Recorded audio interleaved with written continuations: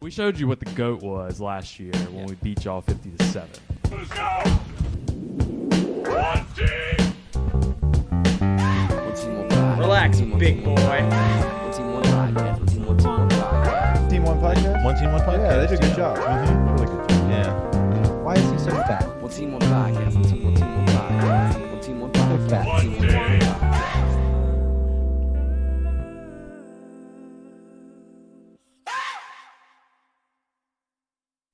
It's the same backdrop that I've seen all week, Zach. Yeah, right. You have been you've been on the circuit, basically, right? I've been knocking them all out, so I don't have to worry about them later. I think they Nice. call this the car wash. Right. No, I just had a couple people reach out to me after I declared, and it was like, hey, come chat with us. And I was like, why not? I don't have anything better to do after I lift and whatnot. So, Right. Besides hang outside my dog and get him tired, so he'll go to sleep. All right. So what kind of dog you have, first of all? Come here, Yogi. It's a little guy. Yogi Berra? Just his dad's name is Bear. Mm. So his name is Yogi. So my parents gave me this dog. His name's Yogi, and I was supposed to babysit him for 3 weeks or 2 weeks while they tried to sell him. I've been babysitting him for 3 years. So. Perfect. That's great. All right. So tell us what's going on now. I know you've declared. What are the plans now? Like, what are you about to do? Are you about to go do work somewhere off, fly out to Arizona or wherever people go? I don't know.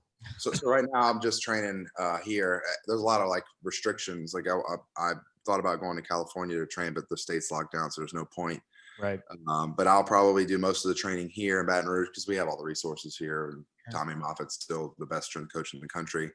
But a lot of people like to go elsewhere just to make it about business, and that's kind of what I was doing.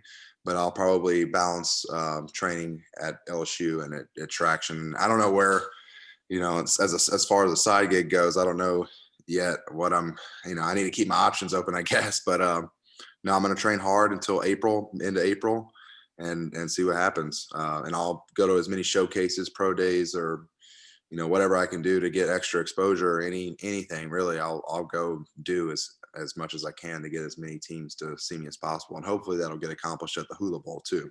That's right. When is that taking place? January 31st is the actual game. Okay, so you have to be there. I guess. Where is it going to be at?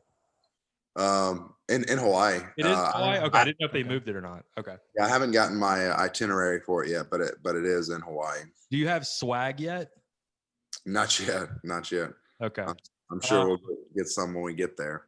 So have you said you haven't thought of a, I guess, side gig? Do you mean like if things don't work out and you don't make it to the pros? Well, I guess my parents have asked me, so what are you going to do with because they know I'm going to train in the mornings and I'll be done, early afternoon and sometimes at noon, so you have the whole day. They're like, what are you going to do with all your free time? And that's why I've been doing a lot of, radio stuff. And I mean, you can get a gig there, right? You can get a gig True. I thought about getting like some certifications, maybe like an insurance certification. Okay. I've looked into a couple things like real estate stuff. Ether Insurance with Adam Emirata, right? Like he told me your friend, y'all went to dinner the other night. Yep. They're a new partner of One Team One Podcast, so perfect. Yeah. I know him very well, so I think you would be great with that. Like, who wouldn't want to do business with Zach von Rosenberg? Is that what you say to yourself? No, I'd rather have as many boxes checked by April, because if you get certifications, what's it going to hurt? It's just another thing you can add to your resume. It's not going to hurt anything. And then I don't even know if that's not a route that I end up going. It's always a fallback or whatever it may be. But it's just nice to stay busy, I guess, is what I'm looking for. So do you feel like the love from Baton Rouge to you? I know that's a rhetorical question basically, but like, do you feel like how much people have appreciated your time and like, especially you on Twitter and stuff like that? I mean, you really like feel that like kind of love in Baton Rouge? Yeah, it was probably the peak right after the national championship. Because Baton Rouge was madness for a little while. And then obviously we could only celebrate for so long because the world got shut down. But no, it's been a fun ride, and probably my favorite part of it has been like all the memes and people are Yeah. so creative. I think I said this recently, but like the Shoegate deal with Florida was one of the it was peak, not peak, but it was up there in terms of the LSU fan base memeing. Yeah. Yes, it was so good. We tried to be a part of that. Yeah. As much as we can. Yeah. So what are your thoughts on the NFL? Has anybody like talked to you about like any scouts or anything told you anything that you needed to be working on, or like what you can expect, not only just the NFL draft, but like also free agency, things like that? Yeah. I mean, teams have told me good things, and I've heard, positive, like I especially on this year, I've improved my inside the 20 kicking, my going in punts rather. And that's been that's such a huge part of the NFL now, is because their offenses are so good that they get to the 50-yard line and they need a guy that can drop the ball inside the 10. Right. And so that was kind of my struggle, I guess, at first, was keeping the ball out of the end zone. And then since last year, I've made a lot of strides getting used to that style of punt, because it wasn't always my strength. And now I would consider it my strongest punt. Right. On top of that, teams don't really like reveal their hands, I guess. They don't really say, yeah, we're looking. Everybody's going to say they're looking, because the thing that's going to get a lot of punters out of the game this year, I think, is it's a COVID season. And I don't want to say a lot of punters, but a few that have significant salaries, because teams haven't been making money with fans not being there. Like, they've lost a lot of money, so they're going to start taking some of those bigger $3 million plus punter salaries and maybe downgrade to a lesser salary person. So whatever league minimum is, 625, 650, there'll be a lot more rookies. At least that would be my guess. And I'm not going to say like that's a lot of punters, but it's going to be some. And that's why I think a lot of guys are going to declare for the draft, because they all see an opportunity. I haven't really seen too many junior punters declare. I've seen seniors, but Right. We'll see. How much thought did you really give to coming back for your extra year? I mean, I definitely thought about it, but all my people that I started with, all the walk-ons and scholarship players that I started with, are all gone. And then Torrey Carter was kind of the last one. I was like, man, if he's leaving, like, this place, it's getting weird now for me to be here. I think I said this on Twitter, but the incoming freshman, I was 13 years old when they were born. Right. So it's getting a little strange. So I just thought it was the right time, and coming back, it would be only to win another national championship. And we did that. We are arguably the greatest team of all time in 2019. So it's like all the boxes were checked, and now I felt like I did well enough and have enough film to justify going to the league now. So take us to, all right, we'll move on a little bit. And of course, we had some big breaking news today with Jake Peets, the offensive coordinator position. Any thoughts that you have immediately with that, being that he was Joe Brady's guy basically over at Carolina, and then DJ Manga's coming over as well? Like, is that getting, I mean, I'm sure you've talked to people today about this. Are they super fired up about this right now?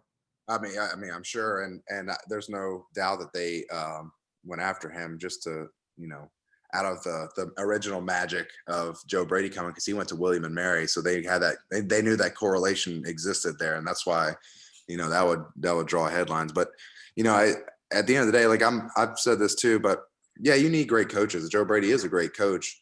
But we need to focus on getting the right players that we need in our offense. And that was why we did so well in 2019. We had so many players at so many different positions performing at an NFL level. Like, you got Patrick Queen, going to be Rookie of the Year. You got Justin Jefferson, who broke the record of receiving yards. Joe Burrow, he was having a great year before he got hurt. So those players were the ones on the field carrying out these plans. I'm not saying taking anything away from the coaches or whatever, but when you don't you basically said Joe Brady isn't good enough and that these guys are better. Right. I get it. Right. I know. But no, I think that we need to get back to building a team around guys like that, especially, the Clydes and the Justins and the Jeffersons and the Joe Burrows, because they are the ones that have that mentality that can lead us to being champions again. Yeah, I just felt like there was such a. I mean, before the year, we would go back and forth talking about 2018 to 2019, and the change of like Joe Burrow from 2018 to 2019. And you guys may not have seen it like in the locker room. He might have been the same guy in the locker room, but performance wise, it was just at a different level.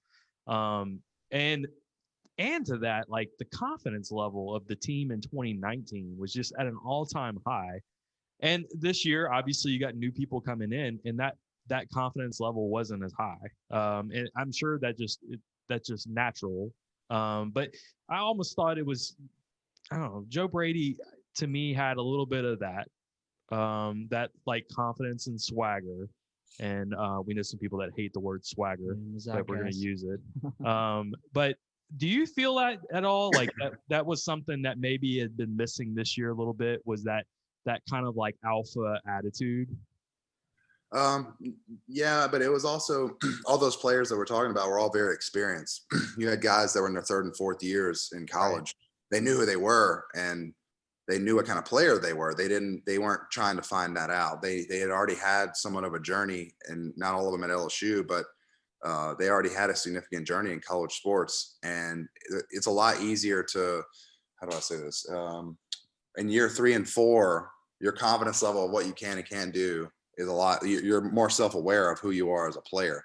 And like I said, all those players were hungry, and they knew what they could accomplish. And I don't know how to correlate this to, this season, but we had a lot of guys who are trying to figure out who they are and what they are. And, learning a new offense, learning a new defense. That might have been one of our, why we struggled this year. We went from a 3-4 to a 4-3. We got, first game of the year, punched in the mouth by Mississippi State. We couldn't seem to figure that game out. And I feel like if we play that team with some film week 2 or 3, I think we beat them, Yeah. And that hurt us a lot. Just situations like that. I felt like Mississippi State was not a better team than we were. We just had a bad game, and we didn't have film on them before the game. But I think we have guys that are on this team now that we saw it at Florida, we saw it at Ole Miss, that are going to fight, and that's the biggest key. Is you want guys that aren't going to give up, because if you're going to give up, you're going to have players that are going to give up. Rather, they're going to be struggling, and later on. And I'm trying to think of the team. Was it 2018, the Fiesta Bowl year? We had that game against A&M. We lost 74-72. That next game, it was a short-term memory. We played well, and you saw the fight in 7 overtimes. Like that's the type of player you want. And I felt like the last 2 games of this year resembled that team's fight and against A&M. And obviously against in the Fiesta Bowl. But well, you brought it up. How big was the Florida win for this team? Maybe we needed a victory. I mean, we hear stuff, and like obviously there's some things that are legit and there's some things that are completely off the wall. But man, let me tell you, the week before the Florida game, we were hearing a lot of stuff. And we had to like really take a step back and say, okay, I don't know how much of this is true or not, but starting to hear a lot of bad things happening. And then it feels like after the Florida game, everything is just like done a 180 at this point. You had a trajectory that maybe it was the fans' perspective and not you guys, but it seems like everything's gone up since that Florida game. Yeah, and the morale, it was like a huge morale boost. Like going in the Ole Miss game, we actually felt like we had. You said you didn't want to use the word swagger, but we had some swagger going in that. Here we go, swagger. Yeah. You beat the team that should have been a contender in the SEC championship for the college football playoff. They were 8-1 at the time, and they finished their season 8-4. Right. And so like that's that you beat a good team. Kyle Trask was a Heisman contender. It just gave a lot of guys that needed it a lot of confidence, and not just players, coaches too, and obviously fans. But it was that proof to us that we're still LSU, and that's a big deal. You're still a quality program who could be anybody anytime, given it's a down year, whatever it may be. Your team is good. And you're gonna, you have a team that you can build around, and that's what we proved with that was the last 2 games of the year. What are your thoughts on all these guys coming back that they're starting to announce? It's been like one after another, and the big one with the editing room. We may have like the entire offensive line. I don't know if Austin Deculus hasn't said anything yet, right? I don't think so. Rosenthal, Him and Dare, right? So there's a chance that you have the entire offensive line come back. You got, I mean, a lot of guys that are coming back that it feels like normally would have already kind of thought about going out. And the retention of the team was a big talking point all this whole year. Basically, like we need to manage this roster in a certain way. What do you think about these guys all coming back? And I mean, is it that they're super excited about like the possibility of next year, or maybe is it a little bit more of like, hey, we're getting an extra year to put some more film together? I think it's a little bit of both. You got guys like Ed who could probably improve his draft stock. Liam Shanahan too. I mean, they probably would have gotten a chance in the NFL this season, but they're thinking, hey, you know what? If I get another year in the weight room, another year of putting it on film, maybe I could go even higher and significantly higher. And but I think it's a combination. They know that they're going to be good because if you have good alignment, you're going to be protecting the quarterback. A quarterback with more time to throw is going to be more successful. So I think that it's a combination of both. I think that they know that we're going to be a good team next year, and on top of that, bonus is they're going to improve their draft stock more than likely, especially the older guys that if they know what it takes to play in the SEC, they know what it takes to grind through it, and they're just going to get stronger, faster, better, and get another shot against big time teams in the SEC. It's the little NFL, I guess, is what people say it as. The NFL starts in the SEC. I mean, it's probably controversial, but more players come from the SEC that play in the NFL than any other conference. It's really not controversial. No, it's actual factual. Yeah. And there's a lot more swagger in the SEC. That's another thing to say. All right, calm down. All right. So I know you're close with Miles Brennan. What is his thoughts right now going into next season? What is he kind of thinking? I know he's coming off an injury. I'm sure he wanted to come back. Like that was kind of what we had thought the whole time, is that this is a nagging injury that's kind of like a weird injury, but I'm sure he wanted to come back and play as much as he could. You see him like warming up before games and things like that. Has this kind of like killed him not being on the field? And like, what's his attitude right now coming into next season? Oh, absolutely. I mean, I know it's a terrible situation because he waited 4 years to play. And once he started playing, he got 3 games and he showed what he can do. He's a very, very capable quarterback. He was on pace to throw 40 touchdowns in a 10-game season. Right. So he was obviously very disappointed, and I'm sure right now he's just trying to heal up. I don't believe he's had surgery, or I don't know. I actually haven't asked him about his injury recently, but I know he's just trying to get healthy and prepared again for his second opportunity this coming fall. And I hope that it's healing well, and I hope that he comes with that same intensity that he brought this year, because he was pretty successful.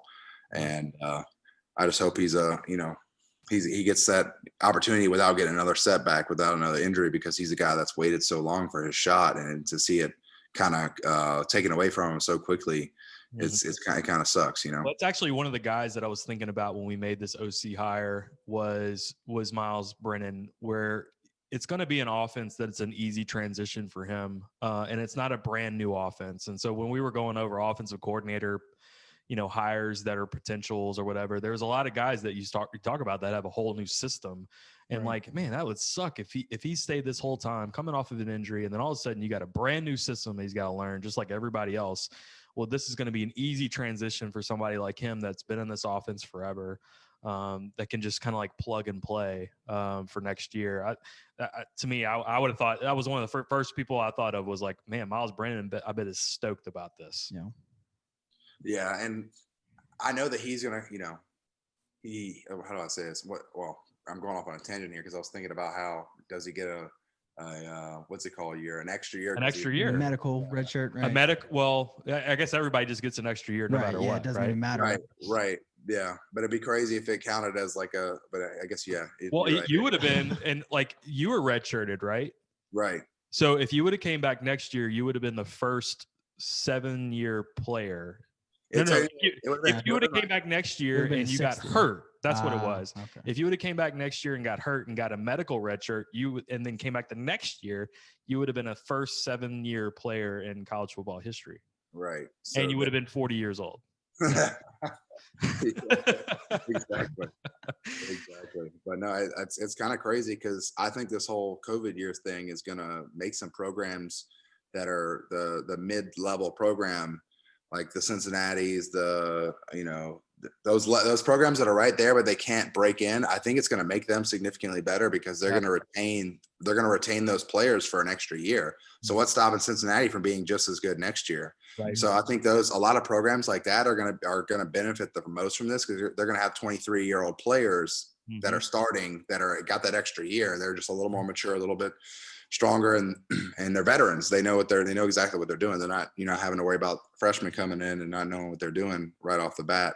But I think it's going to be interesting, especially this year and the following year, to see what teams that are those right on the fringe and right on the cusp teams are better because of the extra year. That's interesting. I hadn't thought about that too much, but it reminds me of like the NCAA tournament when you see like Duke's got a whole bunch of freshman players and they're playing like Lehigh, right? That has no business. McCollum. Has no business like being on the court with these athletes, but they're like 5 seniors playing against 5 freshmen. Right.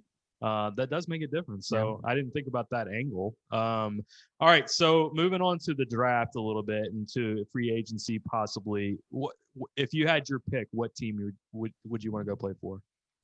I mean, I don't want to say because I like the punter. Nobody's listening to this. Just to Nobody listens to us. That's no I would love to play for the Saints, but Morstead, like he's a good dude. Like I hate that's the NFL, but you're literally taking that guy's job. So I mean, honestly, dream scenario would be the Pittsburgh Steelers, because I already played for the Pirates. Oh, yeah. So Pittsburgh already, right? Right, and that would be cool to say. I mean, even if I was drafted by them, it'd be cool to say, well, I was drafted by them in 2 sports, you know, Pittsburgh teams, and that would be awesome. Obviously, I'd love to play for the Saints, and I say this is my very adult answer to this question, but I would play in any state that has no state income tax. Oh, you do not want to go to California. I mean, I would love it for the weather, but what is it, like 12% state income tax? Yeah, I think it was. I saw Braden Fajoko's tweet. Like it was his first actual paycheck, and he was like, "What the hell?" Like he got killed on his taxes. Right. Yeah. All right, so there's only 32 punters in the NFL. Like, do you think about that at all? Like, there's only like a handful of these guys in the world, and you could be one of those. Absolutely. And right now I'm only worried about being one of 64, because if I'm one of 64, that means I'm at a camp, and that means I'm fighting for a job. There you go. So right now the focus is one of 64, and once that goal is met, then I'll worry about one of 32. But right now I'm just trying to be likable by all 32 teams, because the more teams that like you, the more likely you are to stay, you know. I just thought about this when I was young. I used to work at a bank, and I was a manager of a bank. And what we would do is we would look at the branches that weren't performing well and who those branch managers were, because they were very bad branch managers. And so what I could do is say, okay, I want to be at that branch because I know I can do better than that person and beat them out. Right. Have you looked at bad punters who shouldn't be punters at different teams, and maybe like, hey, I'll go to, Seattle. That guy sucks. I'm not gonna say anything controversial like that, because I might be competing against one of those guys. Yeah, so you're really giving me a trap question there. But we're the shittiest punters in the league. Yeah, who's the worst punter in the league? Right. So I'll just stick to a very pedestrian answer and say the guys at the bottom will probably be the ones that I would want to end up at, because they're more likely to lose the job. And that's just the nature of the sport, and that's how it is in baseball too. If you're not performing, you're not going to stick around. And so the guys at the bottom of the league, and the guys at the bottom of the league that are making the most money are probably at the going to have not issues next year, but it's going to be harder for them to keep their job. Right. And so that's where I'll be fighting for a job, one of those teams. But I'll leave it at that. Because I don't want to say something and then end up on a team, and then I'm looking at the guy and I was talking trash and he's looking at his phone, and he's got YouTube up, and this was the video that he's watching. Yeah, exactly. All right, before we let you go, give us a couple of details of you playing quarterback in practice. Give us a funny story about it, and like how much swagger did you have at quarterback those couple of days? You sent us a couple of videos, and we told us not to show them, and we were about our word there. So yeah, no, it was. I mean, it was probably the most fun 10 days of the last couple of seasons because I was a position player. I mean, I even got cleats and everything. They gave me position player cleats. But no, I put on my armbands, my wristbands, and I went all out. Like it was no joke to me. I studied like the cards, like I studied the plays. I owned it. It was funny. Like it was because I hadn't done it so long. I was like, you know what, this is cool. Like this is what I would want to do. Like I would love to do this.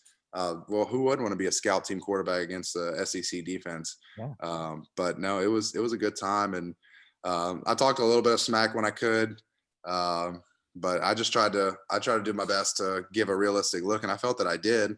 But it was a lot of fun. I really enjoyed it, and I think a lot of the players enjoyed it too. Who were you talking the most smack to? Was it like cornerbacks that you're beating, plays like that? It was a combination. Yeah. I don't even half the time I don't even know if they heard me, but you told us about how you threw one over Stingley and you beat him on a throw. Oh yeah, that was outside. Yeah, that wasn't in the indoor film, but no, that was actually like a little kind of a scramble play. I just knew where a wide receiver was going to be in space and just kind of threw it over there. And lucky enough, Stingley, his back was to me. He couldn't see the ball was thrown. So that was a throw that it wasn't a great throw. It was just a great throw to a location where he wasn't looking. And that's why it worked out for me. Right. So when he's like a millionaire in the league, and you run into him after a game, you're going to go up to him and say, hey, I'll 100% talk trash to him when he's in the NFL. I won't post anything to hurt his draft stock right now, though. Not that it's that good, but you know what I mean. I want the guy to go top 5 if he can. Yeah, absolutely. What would your stats have been if you would have just been quarterback? Like crazy situation, you're quarterback the entire season, 10-game season. What do you think you got? Well, how much preparation do I get? Is it the situation? Yeah. You're Joe Burrow. You show up in August. Yeah. I mean, I definitely would have gotten booed because August is not enough time. Yep. You're telling me like if I'd have started 5 years ago, I felt like I'd be a pretty decent quarterback. By now, you mean? Right, exactly. Right. If I just got here in August, I'm going to throw. Kind of like the question of like, all right, if LeBron James started playing hockey when he was a kid, he would be the best hockey player in the world. Right. And you're saying that like if I had basically what you're saying is if I had the time that Miles Brennan's had, you would be on par with Miles Brennan, right? I would definitely be a very good quarterback for sure. If I had all those throws, there's no doubt. I mean, that's not even being arrogant. If I get 5 years to play quarterback, I would have backed up all through the whole Joe Burrow thing with Miles. I would have been decent by the end of it. Okay. I'm not saying that I would be the best quarterback in the SEC, but I would definitely be a competitive quarterback.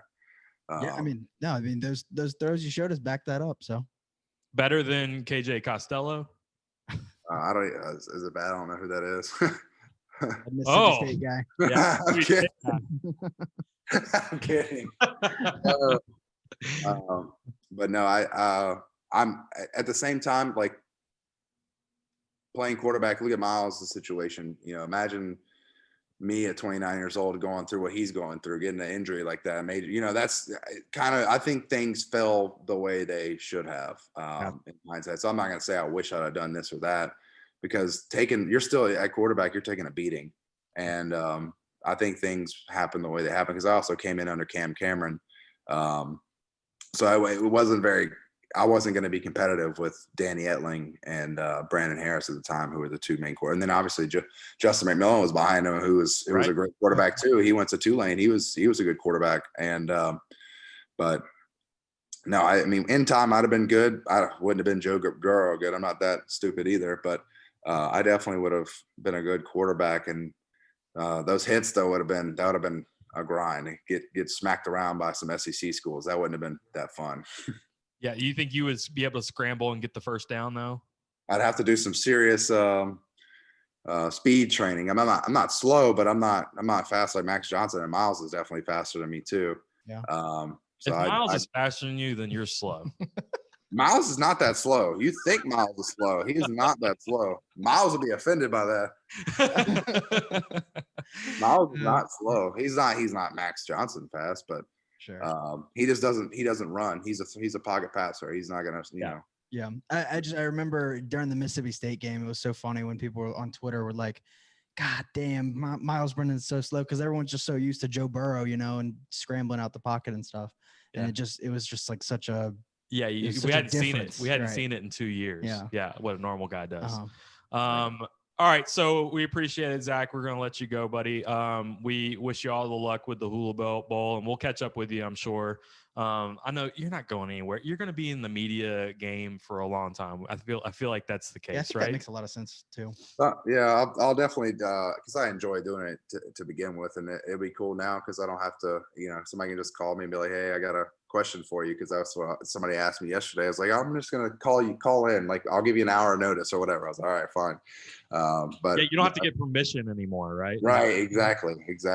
But I enjoy it, and it's fun, and it doesn't hurt to do something that you can enjoy on the side, and that would be one of these situations. Yeah, absolutely. Yeah. Well, we'll get you over here one night if you're available. We'll do like a cigar night. We were trying to get KJ Malone to come in town, hook us up with some cigars. We'll do a little night out here on the patio. Do a little live show if you're available. All right, buddy. Absolutely, sounds good. All right, Zach. Talk to you soon. Thanks, all right, man. take care. All right. Bye. All right, Zach Von Rosenberg, guys. We appreciate his time on the podcast. Had him on before, and yeah, he does seem a little more loosened up. Yeah. You remember than he did before. Yeah, that first time he was actually in the locker room. Yeah, the first time he came on, he was tired as hell. Yeah, he had just came out of practice right after practice. Yeah. No, he was definitely a little bit more laid back this time. Yeah, I don't think he really knew who KJ Costello was. He genuinely did not know who that was. He didn't know. So funny. I mean, I'll never get that name out of There's my head. only one reason why I do know who he. Well, I guess I knew who he was from Stanford. I knew him at Stanford too. All right, so we got Marcus Freeman coming in town right now. Yeah. We think that this is. I think they're just going to have to shell out the money, and I don't think O wants him to leave without getting him the job. And I think you end up with Peets and Freeman, OCDC. Yeah. Is that kind of what you're thinking too? I'm kind of at a point right now. I mean, this is just speculation, but I don't see us not getting Freeman at this point. I don't either. I think we're getting him. Yeah, I don't think that. Honestly, I mean, he's already taken an interview with Notre Dame. I know Auburn wants to get him in for an interview, but I don't think that even happens. Yeah, I think LSU's just going to say, okay, here's your contract. Yeah. And like, if you end up, if it ends up going to the end of the week and you don't hear anything, to me, that means that we're probably going to start interviewing more people. Yeah. And it's not necessarily going to be Freeman at this point. I think if it's going to be Freeman, you're going to hear about it in probably 2 days or a day or two. Yeah, I'd say it's tomorrow night, Friday afternoon type thing. I do too. With his wife coming in town, and I don't know if his wife was I didn't know his wife's coming in town. Yeah, I don't know if his wife was in Notre Dame with him. I don't know if that's the case or not. But like somebody told us on Twitter just a second ago, it's time for us to go to the airport and go. Yeah. We're going to be on Freeman watch. Yeah, it's Freeman. Kind of like Panda watch, Freeman watch. All right. Anything else you want to talk about? I know you want to get out to the PMAC, right? So yeah, I do need to head over there. LSU's got Georgia coming up at 6:00 tonight. We'll get this podcast put up, and we're going to post the Zach Von Rosenberg interview on YouTube as well. We'll give you all the info on that if you follow us on Facebook, Instagram, and Twitter. Twitter is One Team, One Pod. Also, big shout out again to our new partner, Ether Insurance, Adam and Murado in Baton Rouge. Check out Ether Insurance. We're going to post their website information. You can get your free quotes from there. Also, big shout out to Courtesy Buick GMC in Lafayette, Brandon Lejean, doing great things in Lafayette. They'll do business with anybody in the state, and they're huge LSU fans, so you need to reach out to them. And then the big orange bear Process Safety, doing his work in Baton Rouge. Check out Adam Barry and Bear Process Safety, really, really good people. I really love doing like having partners like this with really good people. It's kind of something that I've thought about for 2021. Like, man, like we're just like hashtag we're just having fun. Is that what they said? We having fun. Yeah, that's it. We just having fun, right? We're just having a good time. Shout and out yeah, to Stephen Miller. Yeah, shout out Stephen Miller. Don't get me started, Jack. Why did you have to say that? All right, so really, really appreciate Zach von Rosenberg coming on. We will talk to you guys soon. It's One Team, One Podcast. Logging out. We showed you what the GOAT was last year when we beat y'all 50-7. Let's go! One team! Relax, big boy. Team One Podcast. Team One Podcast? One Team One Podcast. Yeah, they did a good job. Really good job. Yeah. Why is he so fat? One Team One Podcast. One Team One Podcast. One Team One So Podcast. fat. One team!